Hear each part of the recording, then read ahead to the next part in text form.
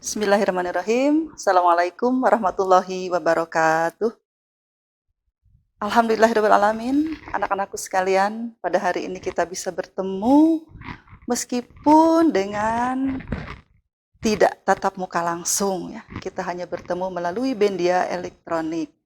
Mudah-mudahan pertemuan kita ini selalu ada dalam ridha Allah Subhanahu wa taala. Anak-anakku sekalian, sebetulnya Ibu udah kangen sekali pengen bertemu dengan kalian ya. Ingin berkumpul, ingin bermain bersama, ngobrol bersama, tapi karena kondisi yang belum memungkinkan, dengan sangat dipaksakan, kita tetap belajar dengan pembelajaran jarak jauh. Apapun itu, niatkan dalam diri bahwa kita ingin belajar, ingin menjadi lebih baik lagi. Oke, setuju? Anak-anakku sekalian, pada hari ini Ibu akan menyampaikan materi pembelajaran matematika untuk kelas 9, yaitu mengenai kesebangunan dan kekongruenan. Kalau kemarin Ibu sudah menyampaikan teori yang Ibu berikan hanya berupa buku atau pembelajaran yang tidak Ibu ungkapkan, pada kesempatan ini, Ibu akan menyimpulkan apa yang sudah Ibu sampaikan kemarin. Terima kasih kalian kemarin sudah membaca dengan baik, kalian sudah mengerjakan tugas-tugasnya dengan baik. Nah, untuk sekarang, karena akan memasuki ulangan harian yang pertama ya, jadi Ibu akan mengulas yang kemarin, yang sudah Ibu sampaikan beberapa pertemuan yang lalu itu, kemudian akan dirangkum, sehingga bisa kalian pelajari lagi dengan mudah. Siap untuk menerimanya? Oke. Ya. Anak-anakku, sekarang kita lanjutkan ya. Yang tadi Ibu katakan, Ibu akan merangkum mengenai kesebangunan dan kekongruenan. Sebelum kita masuk ke dalam apa itu kesebangunan, apa itu kekongruenan, maka kita harus tahu dulu apa itu bersesuaian. Karena pada kekongruenan dan kesebangunan itu ada kata kesesuaian. Sekarang kita lihat. Pada contoh gambar, ya, di sana ada dua buah persegi panjang. Ya. Dua buah persegi panjang itu dengan posisi yang sama, yang sama-sama mendatar. Jadi kalau misalkan dikatakan sesuai itu kita lihat yang sebelah kiri dengan yang sebelah kiri. Yang mudahnya ini ya, yang bawah dengan yang bawah, yang kanan dengan yang kanan, atas dengan yang atas, dan seterusnya. Nah, kalau nanti menemukan bangunnya ada dua, satu berdiri, satu mendatar, ya, paham ya maksudnya ya? Satu berdiri, satu mendatar. Nah, nanti kita bayangkan yang satunya diubah. Kita bayangkan aja, misalkan yang berdiri kita posisinya seperti ini, ya. Yang tadinya mendatar, bayangkan menjadi yang berdiri, gitu. Jadi kelihatan nih yang bersesuaiannya, yang kiri dengan yang kiri. Misalnya pada gambar itu ada persegi panjang ABCD dan persegi panjang GHIJ. Kita lihat dulu titik A.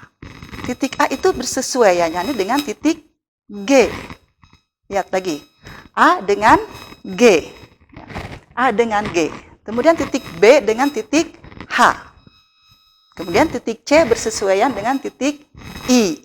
Dan titik D bersesuaian dengan titik J. Sehingga dari dua titik-titik tersebut, yang dua titik pasti jadi sebuah garis, maka itu dikatakan sisi. Sisi AB. Maka akan bersesuaian dengan sisi GH. Oke. Sampai situ paham? Ya. Sisi yang bersesuaian, sekali lagi. AB bersesuaian dengan GH. AB dengan GH. Kemudian kalau BC, tadi titik B bersesuaiannya dengan titik H. Titik C bersesuaiannya dengan titik I. Maka sisi BC bersesuaian dengan sisi HI. Demikian juga dengan sisi CD. CD. C tadi bersesuaian dengan I. Oke.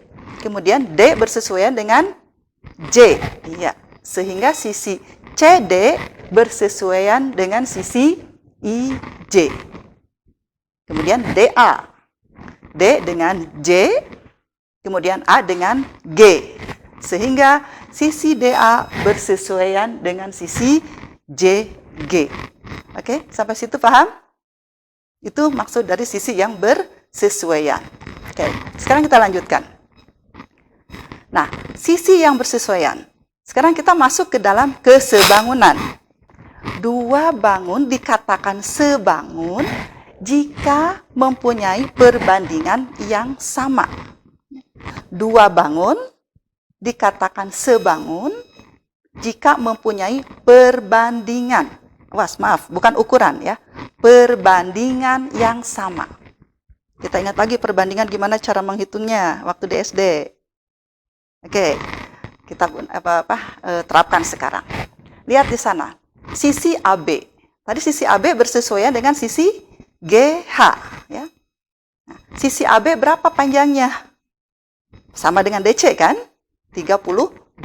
Nah, perbandingannya AB berbanding GH. AB berbanding GH. AB berapa tadi? 32, ya sama dengan sisi di atas ya. Kemudian sisi GH. GH panjangnya adalah 20. Bandingkan. Yang tadi 32 berbanding 20. 32 berbanding 20. Kita sederhanakan. Awas, bukan diperkecil ya. Ibu ingatkan lagi. Kalau diperkecil, angkanya dikarcil. Kita sederhanakan. 32 berbanding 20. Kedua bilangan itu bisa dibagi dengan FPB-nya. Ya, FPB-nya, faktor persekutuan terbesar. Faktor persekutuan terbesar dari 32 dan 20 itu adalah 4. Oke, iya betul, 4. Sehingga 32 bisa dibagi 4, yaitu 8. Betul. 20 dibagi 4 sama dengan 5. Iya. Sehingga perbandingannya adalah 8 berbanding 5. Paham? 8 berbanding 5. 1. Sekarang yang kedua sisi yang bersesuaian berikutnya. Sisi BC dan sisi HI. BC dan HI. Oh maaf, tadi HI-nya tidak tercantum di sana. Tidak tercantum itu angkanya, maaf ya. Harusnya di situ tertulis, maaf, Ibu salah. HI itu panjangnya adalah 10. Oke, gambar berikutnya, kembali ke gambar yang tadi, perhatikan. Ya. 10, maaf, tadi tidak tertulis ya. Sisi BC bersesuaian dengan sisi HI. Oke, BC berapa tadi? 16, oke. 16, kemudian HI 10. 16 berbanding 10. Betul. 16 berbanding 10. FPB dari 16 dan 10 adalah 2. Ya tidak? Sehingga 16 dibagi 2 sama dengan 8. Kemudian 10 dibagi 2 sama dengan 5. Paham ya? Maka perbandingannya adalah 8 berbanding 5. Oke? Sama tidak perbandingannya? Iya. Karena sama, nanti sisi yang lain pun sama seperti itu. Karena sama, maka kedua bangun tersebut dikatakan sebangun. Paham ya? Persegi panjang ABCD sebangun dengan persegi panjang GHIJ. Sekali lagi, karena mempunyai perbandingan yang sama. Sekali lagi, perbandingan. Paham ya? Perbandingan yang sama. Sampai situ bisa dipahami. Nah, sekarang kita bayangkan bangun-bangun apa saja sih yang pasti sebangun? Ya, pasti sebangun. Ada yang bisa membayangkan? Baik. Iya, segitiga sama sisi. Oke, betul. Segitiga sama sisi pasti sebangun. Karena semua sisinya sama. 1. Ada lagi? Iya. Apa? Persegi. Oke. Persegi pasti sebangun karena semua sisinya sama.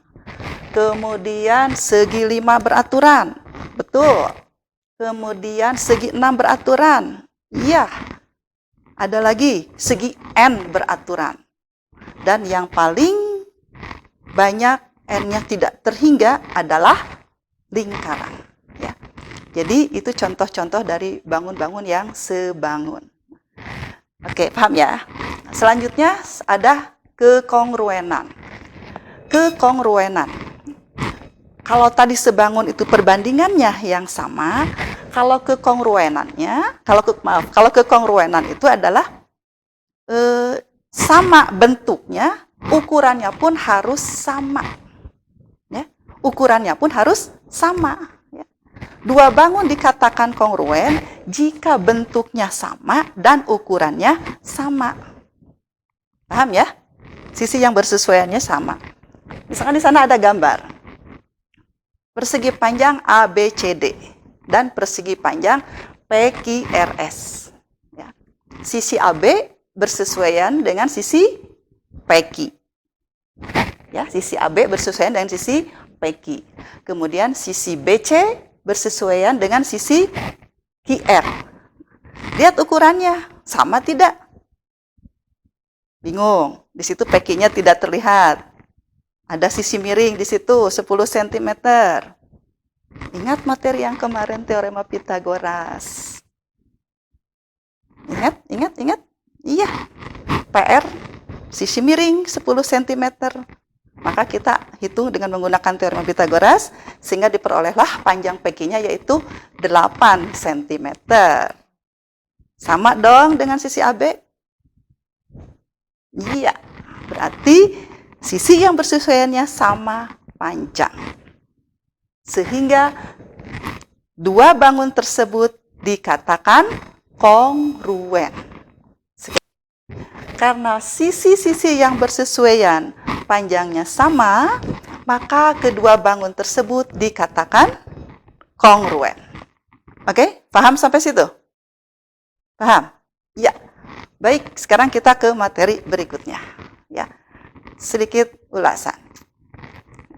Syarat-syarat segitiga kongruen. Ya. Segitiga kongruen itu bisa dilihat dari ukuran sisi-sisinya. Yang pertama ada sisi. Sisi 1, sisi 2, sisi 3. Itu sama. Ya. Kemudian yang kedua ada sisi, sudut, sisi. Sisi yang bersesuaiannya sama, sudutnya besarnya sama, kemudian sisi yang satunya lagi yang mengapit yang mengapit sudut tadi juga sama, maka dikatakan itu adalah sisi, sudut, sisi. Kemudian yang ketiga ada sudut, sisi, sudut. Ya, sudut, sisi, sudut. Atau ada juga sudut, sudut, sisi. Bisa seperti itu. Baik, sekarang kita lihat hubungan antara dua bangun dikatakan sebangun dan kongruen. Kita lihat gambar yang pertama. Gambar yang pertama di situ ada dua buah segitiga. Yang ibu blok itu ya ada warna kuning di situ. Itu adalah dua buah segitiga yang kongruen. Ya, dua buah segitiga yang kongruen. Sebangun tidak? Sebangun, betul. Dua buah segitiga tersebut kongruen dan sebangun. Nah, sekarang lihat yang kedua. Ada dua buah segitiga sama sisi. Segitiga sama sisi. Kongruen atau sebangun? Sebangun. Karena perbandingannya sama. 2 berbanding 3. Atau membalikan. 3 berbanding 2. Ya. Kongruen tidak? Tidak.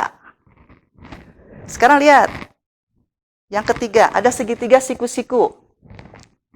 Segitiga siku-siku tersebut sebangun? Betul. Karena di sana perbandingannya sama. 3 berbanding 6, 4 berbanding 8, 5 berbanding 10. 1/2 kan? Ya. Oke. Sebangun. Kongruen tidak? Tidak. Balik lagi. Yang kongruen tadi sebangun? Iya. Yang kedua, sebangun. Kongruen tidak? Tidak. Yang ketiga, sebangun. Sebangun. Kongruen tidak? Tidak. Iya. Balik yang pertama. Sebangun tidak? Sebangun. Kongruen? Iya. Berarti ada kesimpulan di situ. Dua bangun yang kongruen. Yang pertama tadi ya. Dua bangun yang kongruen pasti sebangun. Betul. Dua bangun yang kongruen pasti sebangun. Sedangkan yang sebangun belum tentu kongruen. Kita lihat dari kanan. Sebangun, tidak kongruen. Yang tengah, sebangun, tidak kongruen. Yang pertama, sebangun, kongruen. Berarti yang sebangun bisa kongruen, bisa tidak. Paham ya? Sedangkan yang kongruen pasti sebangun. Paham? Ya. Ulangi. Dua bangun yang sebangun belum tentu kongruen. Sedangkan yang kongruen pasti sebangun. Oke? Sampai situ bisa dipahami? Ya, baik. Untuk soal-soalnya kan sudah ya kemarin. Berarti Ibu sekarang tidak memberikan lagi soal. Kalian cukup mempelajarinya. Kemudian nanti aplikasinya silahkan kalian ikuti langkah-langkah yang sudah diberikan kemarin. Ingat, kalau ada segitiga, kemudian ada garis di sana, berarti di situ ada dua buah segitiga. Bandingkan segitiga tersebut, dua segitiga tersebut sebangun. Sehingga upayakan perbandingannya harus sama. Oke, sampai situ ya. Persiapan untuk ulangan. Ini materi ini kemarin sudah diberikan, Ibu rangkum, sehingga kalian akan lebih mudah lagi untuk mempelajarinya. Dan besok kita ulangan harian yang pertama. Ibu harapkan kalian mendapatkan nilai yang terbaik. Siap? Setuju? Baik, itu saja pertemuan kita kali ini. Mudah-mudahan apa yang Ibu sampaikan bisa bermanfaat. Sekali lagi, Ibu harapkan kalian mengerjakan sesuatu. Jangan menunggu, jangan ada kata tapi atau nanti lagi. Ya. Semangat terus untuk sementara. Itu dulu yang Ibu sampaikan. Terima kasih atas perhatiannya. Semoga bermanfaat. Wassalamualaikum warahmatullahi wabarakatuh.